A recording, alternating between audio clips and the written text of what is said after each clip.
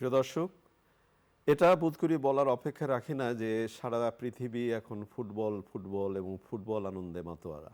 আমাদের বাংলাদেশেও আমরা বিশ্বকাপে নেই তাতে কি, আছি আমরা আনন্দের মধ্যে, কিন্তু আছি ফুটবল নিয়ে। আর্জেন্টিনার এখানে রাষ্ট্রদূত বাংলাদেশের, তিনি বাংলাদেশের ভক্তদের সাথে খেলা দেখে এই মন্তব্য করেছেন যে যেন মনে হচ্ছে আমি আর্জেন্টিনা বসেই ফুটবল খেলা দেখছি। আমাদের আজকের একটি পত্রিকায় শিরোনাম হয়েছে, ফুটবল পাগল বাংলাদেশ কেন বিশ্ব ফুটবলে এত পিছিয়ে। প্রশ্ন তো অনেক বড়। আমি রেজানুর রহমান, সংবাদপত্রে বাংলাদেশ অনুষ্ঠান থেকে আপনাদের স্বাগত জানাচ্ছি। আজকে আমাদের অনুষ্ঠানে অতিথি হিসেবে উপস্থিত আছেন সিনিয়র সাংবাদিক শফিকুল করিম সাবু। স্বাগত আপনাকে অনুষ্ঠানে। ধন্যবাদ। না না, প্রথমেই ওই যে কথাটি বলছিলাম যে আজকে ব্রাজিলের খেলা হলো স্কটল্যান্ডের সাথে। ব্রাজিল ভক্তরা তো দারুণ উচ্ছ্বসিত। 3 গোল 4টা গোল হতে ধরছিল আর কি, একটা তো অফসাইডের কারণে বাদ গেল। আবার রোনালদোর রাজকীয় ফেরা পত্রিকার শিরোনাম আছে। ওই যে যে শিরোনামটি শেষে পড়ছিলাম যে এত ফুটবল পাগল বাংলাদেশে, ফুটবল কেন এত পিছিয়ে। আলোচনা হয়তো আমরা করবো যদি সুযোগ পাই। আপনাকে পত্রপত্রিকায় প্রকাশিত পত্রিকার শিরোনামগুলো একটু পড়ে শোনাই। দৈনিক প্রথম আলো, চীন সফর, বিনিয়োগ ও রাজনৈতিক সম্পর্কে অগ্রাধিকার, ঋণের জন্য নতুন করে আইএমএফের কাছে সরকার, রোনালদোর রাজকীয় ফেরা। দৈনিক যুগান্তর, নতুন উচ্চতায় ঢাকা বেইজিং সম্পর্ক, বাবার পথে হাঁটছেন প্রধানমন্ত্রী, সংকট নিরসনে বাজেটে রোডম্যাপ জরুরি, উচ্চ করে নাকাল ব্যবসা বাণিজ্য। দৈনিক সমকাল, মুদি দোকানসহ 16 ব্যবসায় সুনির্দিষ্ট কর দিতে হবে, নকআউটে জার্মানির সঙ্গী কে, রোনালদোর সিংহ গর্জন, আমি ফিরে এসেছি। দৈনিক ইত্তেফাক, নিয়োগ হচ্ছে 9 আন্তর্জাতিক আইনি প্রতিষ্ঠান, ব্যাংক খাত সংস্কারে 45 কোটি ডলার ঋণ দেবে বিশ্ব ব্যাংক। কালের কণ্ঠ, শিখন ঘাটতিতে ডাক্তারি ডিগ্রি, জনপ্রিয় হচ্ছে ডিজিটাল লেনদেন। বাংলাদেশ প্রতিদিন, অলস 23,000 কোটি টাকার বিনিয়োগ, ফুটবল পাগল বাংলাদেশ কেন বিশ্ব ফুটবলে এত পিছিয়ে। মানব জমিনের শিরোনাম, ম্যাজিক বিশ্বকাপে রেকর্ডের কাফেলা। মতিউর রহমান চৌধুরী নিউ জার্সি থেকে একটি রিপোর্ট লিখেছেন, বেইজিংয়ে প্রধানমন্ত্রীকে উষ্ণ অভ্যর্থনা। আমার দেশের শিরোনাম, ভারতীয় মুসলিমদের অসহনীয় জীবন, সমীক্ষা ছাড়াই বন্ধ বিমানবন্দর, চালুর উদ্যোগ, প্রশ্ন উঠছে। জয় জয় দিনের শিরোনাম, ডালিয়ান থেকে বেইজিংয়ে পৌঁছালেন প্রধানমন্ত্রী, চায়না সফর। তারেক রহমানের চায়না সফর নিয়ে ইন্ডিয়ান মিডিয়ার অহেতুক মাতামাতির প্রয়োজন নেই। আমাদের সময় শিরোনাম, দালিয়ানে বাণিজ্য বিনিয়োগে জোর প্রধানমন্ত্রীর। সময়ের আলো শিরোনাম, আফ্রিকার 18 উট পাখি সাবার। দৈনিক দেশ রূপান্তর, ফ্ল্যাটের স্বপ্নে করের কাটা, মাঠে মুখোমুখি মেসি রোনালদো। কালবেলা শিরোনাম, বছর বদলালেও পাঠ্য বই নিয়ে কাটছে না শঙ্কা, বেইজিংয়ে প্রধানমন্ত্রীকে লাল গালিজা সংবর্ধনা। খবরের কাগজ, জার্মানির 3য় জয়ের মিশন, কৌশলগত সম্পর্কের নতুন অধ্যায়, চীনের প্রধানমন্ত্রীর সঙ্গে তারেক রহমানের বৈঠক আজ। দৈনিক করতোয়া, ঋণ শোধে বাড়ছে চাপ, কমছে প্রতিশ্রুতি।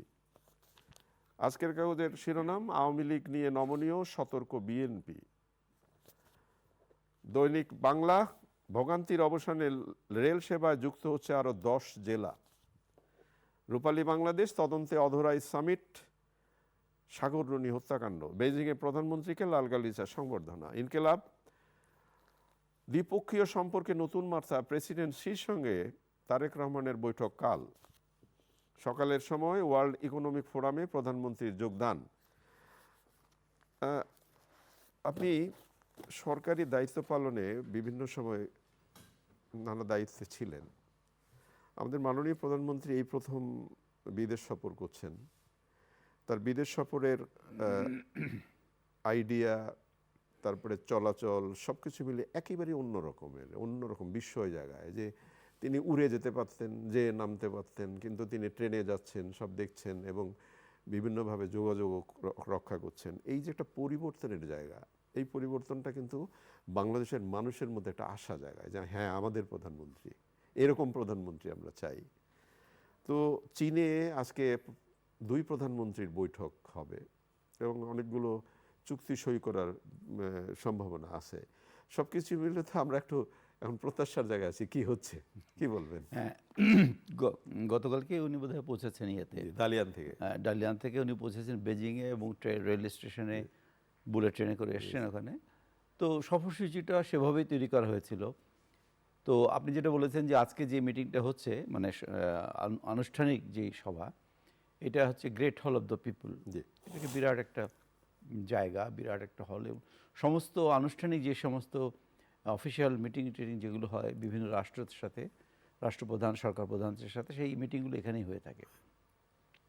বাংলাদেশ অনেকগুলো, বাংলাদেশ এবং চায়না অনেকগুলো সমঝোতা স্মারক চুক্তি, 15 থেকে 17টির মতো, অনেকগুলো, বোধহয় 15 থেকে 17টার মতো আমরা কাগজে যেটা দেখেছি সেটা হতে পারে। এর মধ্যে মংলা বন্দরের ব্যাপারটা আছে, অন্যান্য জায়গায় বিনিয়োগের ব্যাপারটা আছে। তিস্তাও কি আছে?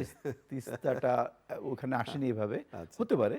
তারপরে যেটা আছে সেটা হচ্ছে এই রাষ্ট্রীয়, ওদের যে রাষ্ট্রীয় নিউজ এজেন্সি আছে সিনহুয়ার সাথে বাংলাদেশ সংবাদ সংস্থা এবং তথ্য মন্ত্রণালয়ের বিভিন্ন এই সমঝোতাগুলো হতে পারে।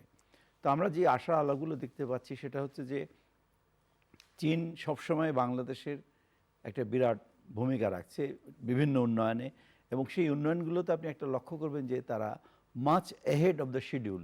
ধরুন 3 বছরের এটা করার কথা, ওরা 2.5 থেকে 2 বছরের মধ্যে সেই কাজটা সম্পন্ন করে ফেলে। এতে হয় খরচ বাঁচে, আমাদের যেই যেই জিনিসগুলো আমাদের তার কাছে পাওয়ার কথা ছিল সেটা হয়, ইনফ্লেশন হয় না, দামের মধ্যে যে হঠাৎ করে আপনি যত সময় লাগবে দেরি হবে তত বেশি, তত জিনিসের দাম তত বেড়ে যাবে। এটা হতেই পারে। আপনি দেখেছেন আমাদের যে পদ্মা সেতু, সেখানে অনেকগুলো অনেক এস্টিমেটেড কস্ট যেটা ছিল তার থেকে অনেক বেশি হয়েছে।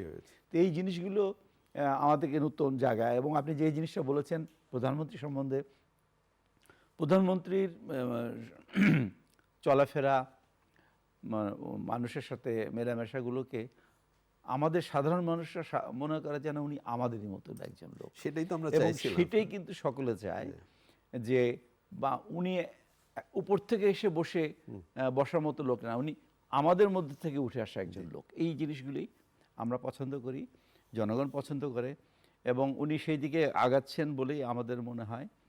অনেকে অনেক রকম সমালোচনা করছেন, অনেক কিছু বলছেন, কিন্তু 3.5 মাসে একটি সরকারকে বিচার করা, সমালোচনা করা, তার ভুল ত্রুটি ধরা, আমাদের ওই যে এগুলো বোধহয় টু মাচ হয়ে যাচ্ছে। মানে ব্যাপারটা এরকম হয় না, দাঁড়ে দেখতে নারী তার চলন বাঁকা, মানে এরকমের এত দ্রুত তো ঠিক না। একটি সরকার, আপনার সাথে এই আলোচনা এখানেই বসেই কথা বলেছি এর আগের বারও, যে একটা সময়ের প্রয়োজন আছে, যেটা একটা পিরিয়ড দরকার আছে। এখনো তো কিছুই সরকার তো এখনো সবকিছু সাজাতে পারেনি। একটা বিষয় বোধহয় মনে করতে হবে, এটা একটা গণতান্ত্রিক সরকার, ভোটে নির্বাচিত সরকার, জনগণের প্রত্যক্ষ ভোটে একদম একেবারে সেই জায়গায় সরকার, সেই সরকারকে তো সময়টা দিতে হবে, সময় দিতে হবে। তারপরে এবং আমার পছন্দ হয় না, কিন্তু জনগণ তো তাকে পছন্দ করছে, তাই না? সেই জিনিসগুলি আমাদেরকে লক্ষ্য রাখা উচিত, এবং একটা সরকারকে সময় দেওয়া উচিত তার কাজগুলো করার জন্য। আপনি যদি প্রথমেই রাজপথে নেমে যান, সংসদে গতকালকে একটা অনুষ্ঠান দেখছিলাম, সংসদের সমালোচনা হচ্ছে, খুব ভালো কথা, হতেই পারে। বিরোধী দল কি বসে থাকবে? সমালোচনা করবে, সংসদ তো মানে বস্তুনিষ্ঠ আলোচনা হবে, সবকিছু হবে, এবং সেই সমালোচনা করবেন, না হলে তো হবে সংসদ কেন? কিন্তু এই যে হুমকি ধামকিগুলি দেয়াটা বোধহয় একটু বেশি হয়ে যাচ্ছে, এটা লক্ষ্য রাখতে হবে। অপ্রাসঙ্গিকভাবে হলো আপনাকে একটা কথা বলি, গতকালকে স্পিকার একটা সুন্দর বক্তব্য রেখেছেন মন্ত্রী এমপিদের ব্যাপারে, মানে আপনার কাজটা সংসদের চেয়েও বড় না, রাষ্ট্রীয় কাজ, এবং যখন কারো সম্বন্ধে বলবেন একটু লক্ষ্য রাখবেন যে আপনি কার সম্বন্ধে কথা বলছেন। একটা ছোট্ট আলোচনা করি, এই যে মাননীয় প্রধানমন্ত্রী মালয়েশিয়া সফর করলেন, আমি ঠিক জানি না, এটা জানার জন্য যে একজন প্রধানমন্ত্রী আর একজন প্রধানমন্ত্রীর সফর উপলক্ষে যে ভিডিওটি রাষ্ট্রীয়ভাবে প্রচার হলো, আমার বন্ধু মহা জাদু জানে, মানে এই আমাদের হাবিবের গান এটি, এই একটি গান সারা পৃথিবীতে একটা আলোড়ন তুলে দিয়ে সম্পর্কের জায়গায়, এই যে সম্পর্কের জায়গাটা তৈরি করে একটা গানই কিন্তু একটা সম্পর্কের কি মধুর সম্পর্ক তৈরি করে। আপনার কি মনে হয় তাই? আমার কাছে এটা খুব আশ্চর্য লেগেছে, আমি যখন প্রথম কাগজে পড়ি যেটা বেরিয়েছে। মালয়েশিয়ার সাথে কিন্তু আমাদের খুব একটা ভালো সম্পর্ক আছে, বিশেষ করে ইসলামিক, সেই দেশে তো প্রচুর পরিমাণে মুসলিম একটি প্রধান দেশ, আমাদেরটাও তাই, এবং সেইখানে অনেক দিন ধরেই আমাদের মধ্যে সম্পর্ক ছিল। অনেকে বলে মাহাথির সাহেবের বাড়ি বোধহয় চিটাগং বা তার পূর্বপুরুষেরা চিটাগং থেকে এসছে, এরকম একটা কথাবার্তা হয়েছিল। এবং উনি আমাদের দেশে কয়েকবার এসছেন। আনোয়ার ইব্রাহিমও অত্যন্ত ভালো একজন রাজনীতিবিদ, অনেক বছর প্রায় 1 দশক জেলে থাকার পরে উনি ক্ষমতায় এসছেন, ক্ষমতায় এসে দেশে শাসনভার গ্রহণ করেছেন। এবং আমাদের প্রধানমন্ত্রীর সাথে ওনার বক্তব্য যেগুলো হয়েছে, মূলত যেটা হচ্ছে আমাদের ওখানে শ্রমবাজার নিয়ে যে আলোচনাটা হয়েছে, যেটা বন্ধ রয়েছে, আমরা এটাও খুবই ফোকাস ছিল যে ওখানে যে শ্রমিকরা আটকা পড়েছেন এবং মালয়েশিয়ার সাথে যে আমাদের শ্রম বাজারের যে সম্পর্কটা আছে সেটা আরো ত্বরান্বিত হবে। তো এই জায়গাগুলো তো আসলে একটু আশা জায়গায় আমরা দেখি আজকে। এবং ওই যে গানের কথাটা বললেন, এটা একটা পার্সোনাল টাচ বলি আমরা, যে এই যে দুই সরকার প্রধানের মধ্যে যে মিলামেশাটা হলো, কথাবার্তাগুলো, বন্ধুত্ব, এর মধ্যে এটা একটা আশা জায়গাছে। অনেক ধন্যবাদ। খেলা নিয়েই বলছিলাম, খেলা নিয়ে তো এখন গোটা পৃথিবী তোলপাড় এবং সামনের দিনগুলো আরো বেশি হবে, তার কারণ আরো কঠিন লড়াইয়ের মধ্যে পড়বে দলগুলো। ব্রাজিলের খেলা ছিল, তো ব্রাজিলের ভক্তরা তো সারা রাত জেগেছিল 4টার জন্য যে কখন খেলাটা শুরু হবে, এবং নেইমার খেলবে কিনা সেটা নিয়েও অনেকের আশঙ্কা ছিল। তো নেইমার, ব্রাজিল 3 গোলে স্কটল্যান্ডকে হারালো, আরেকটা গোল হওয়ার কথা ছিল, সেটা অফসাইডের কারণে হয়নি। তো কিন্তু নেইমার শেষের দিকে মাঠে নামলেন। সবকিছু মিলিয়ে দেখেছেন খেলা? আমি কিছুটা দেখেছি। আসলে হচ্ছে কি যে আমাদের খেলাগুলো এমন একটা সময় হচ্ছে, হয় গভীর রাতে হচ্ছে, নাহলে অত্যন্ত খুব রাত 2টা 3টা ভোরের দিকে, এই একটু অসুবিধা হয়। কিন্তু যারা দেখায় তারা তো জেগেই থাকে। যেমন গতকালকে একটা, আপনি লক্ষ্য করেছেন কিনা জানি না, এই ব্রাজিলের খেলা নিয়ে আমাদের দেশ তো 2টো ভাগে বিভক্ত, ব্রাজিল আর আর্জেন্টিনা। তো সেখানে ব্রাজিলের কিছু সাপোর্টারকে আমি দেখলাম রাতে খেলা যেতে হবে, ওরা রান্না করছে খাওয়া দাওয়া করার জন্য, মানে একটা মাঠের মধ্যে রান্না বান্না করছে, কিছু ছেলেপেলেরা আছে তারা খেলা দেখবে, এবং সেখানে স্ক্রিন লাগানো হচ্ছে, এবং বিরাট বড়, যেটা টিএসসি তে দেখছে তো বিরাট বড়। শুধু টিএসসি না, ঢাকার অনেক বেসরকারি বিশ্ববিদ্যালয়েও সেখানে আলোচনা করা হচ্ছে, এবং দেশের প্রত্যন্ত অঞ্চলেও কিন্তু বড় পর্দায় খেলা দেখা হচ্ছে। এবং ওখানে দেখবেন আপনি, মানে ওই টিএসসির ওখানে যে খেলাটা লোকজন দেখছে, মনে হচ্ছে যেন ওটা একটা স্টেডিয়ামের মতো মনে হচ্ছে। আর ঢাকার বাইরেও আপনি লক্ষ্য করবেন যে অনেকগুলো বাড়ি আছে যারা রং করেছে, ব্রাজিলের রং করেছে, আর্জেন্টিনার রং করেছে, আদলে, এবং অনেক খরচ হয়েছে। এক ভদ্রলোক তো একটা আপনার বোধহয় 5 মাইল ব্যাপী একটি পতাকা বানিয়েছেন, এবং একজন দেখলাম সে জমি বিক্রি করে পতাকা বানিয়েছে। তো এইসব এটা হয়, এটা খেলার প্রতি ভালোবাসা, খেলাটাকে ভালোবাসা, এবং এটি কিন্তু 4 বছর পর পর হয়তো, যার ফলে যে এবার যারা মিস করছে তাদেরকে অপেক্ষা করতে হবে আগামী 4 বছর পরে। সেই কারণেই এটা বেড়েছে, এবং এটা উন্মাদনা বেড়েছে খেলার মধ্যে। কোনোদিন যদি জানি না কবে হবে, কোনোদিন যদি বাংলাদেশ বিশ্বকাপ ফুটবলে অংশ নিতে পারে, দেশটার অবস্থাটা কি হবে একটু চিন্তা করেন। এটা কল্পনাই করা যাচ্ছে, আনন্দের অবস্থাটা কি হবে কল্পনাই করা যাচ্ছে। অনেকে বলে যে এই কিছু কিছু দেশ আছে যারা 1.5 লক্ষ 2 লক্ষ লোকের বসবাস, এই ক্ষেত্রে থেকে শুরু করে তো এইসব জায়গায়, তো তারা যদি ওয়ার্ল্ড কাপ খেলতে পারে, আমরা পারি না কেন? আমি যে শিরোনামটা পড়লাম যে বাংলাদেশ কেন পারে না, তো সেই একই প্রশ্ন আমি তাদেরকে করি। আমরা 16 লক্ষ 18 লক্ষ দেশের লোক, 160 কোটি দেশের, সরি 116-18 কোটি দেশের লোক, 160 কোটি লোকের দেশ তো ভারত, তারা তো ওয়ার্ল্ড কাপ খেলছে না ফুটবল।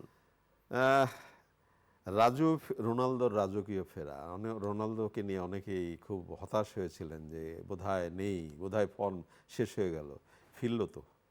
ফিরলো, হ্যাঁ, জয়গাল করে ফিরলো। এবং তার সে মাঠে যখন থাকে এটা বোঝা যায়। মেসি, তার কথা, মেসি যেমন ধরুন আর্জেন্টিনার যে 5টা গোল হয়েছে, 5টা গোলই মেসি দিয়েছে।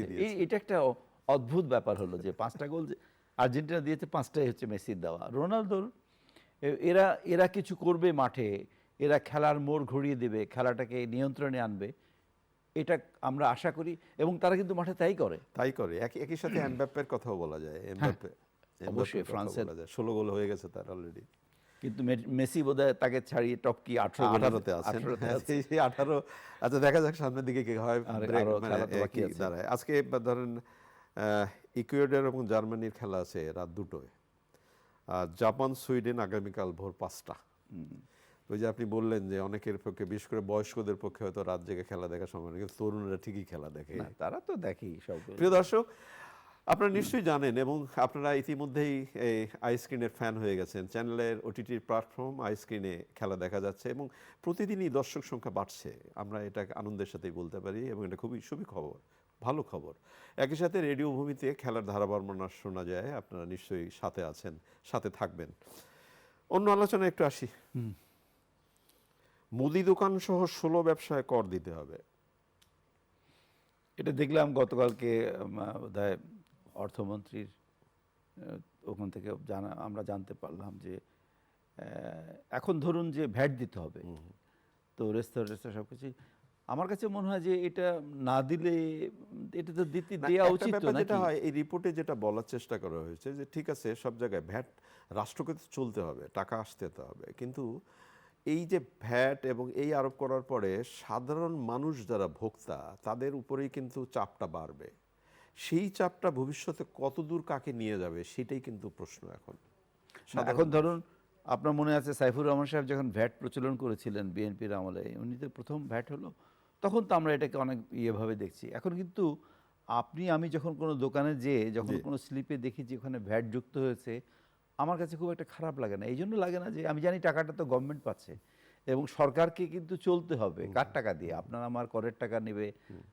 তারা আপনাকে যে সুযোগ সুবিধা দেবে, যে সুযোগ সুবিধাগুলো আপনি পাচ্ছেন, ভোগ করছেন, স্কুল, কলেজ, পানি, বিদ্যুৎ, সমস্ত কিছুতে, এটা তো তাদের একটা খরচ আছে, সেটা তো আপনাকে মেটাতে হবে।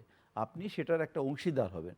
তো আমি তো নিজেকে মনে করি আমি সেই অংশীদার হওয়াতে আমি নিজেকে খুব গৌরবান্বিত মনে সেইটাই করি। চাপটা সেই কতটা চাপটা এখন নতুন যেটাই হয় সেটাই প্রতি লোকের একটু বিরূপ থাকে।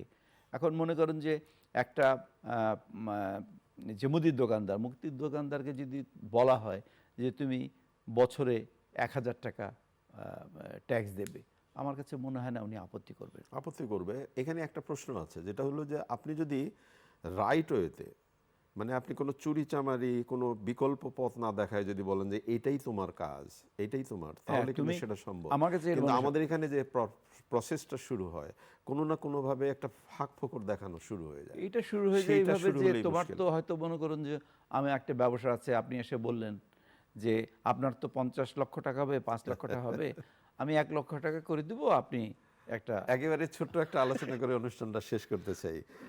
একজন ডিসি সার্ভার সাহেব, বেশ আলোচনা এখন তার, এবং আমাদের প্রবাসী কল্যাণ মন্ত্রী আরিফুল হক চৌধুরী উনি বলেছেন যে উনি একটা ভালো কাজ করেছেন সিলেটের এই মাজার দান বাক্স করে।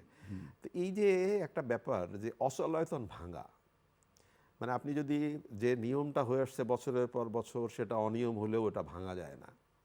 কিন্তু এটা যেমন ধরুন যে আপনি দেখলাম যে ওয়াকফ স্টেটগুলো তো আছে, তো সেই সব সমস্ত জিনিসগুলো ওয়াকফের আন্ডারে, তো ওয়াকফের আন্ডারে থাকলে কিন্তু সরকারের রিপ্রেজেন্টেটিভ হিসাবে সবসময় কিন্তু ডিসির এটা দেখাশোনা করে আসেন, ডেপুটি কমিশনার দেখা করে আসেন, এটা তত্ত্বাবধায়ক হিসাবে থাকেন, সভাপতি দায়িত্ব পালন করেন।